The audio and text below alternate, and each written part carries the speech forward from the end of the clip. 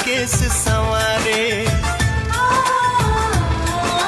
हिंद महासागर भी जननी के पांव पखारे। पुरवैया हले हले मोरी माँ के केस संवारे। हिंद महासागर भी जननी के पांव पखारे। केसरिया हरियर मिलके जहाँ नया रंग बन जाला, जहाँ ईद होली में साथे गले लग के गीत गवाला।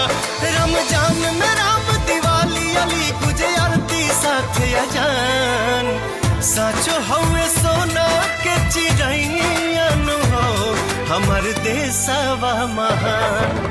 साचो हवे सोना के चिड़ैयन हो हमार देशवा महान।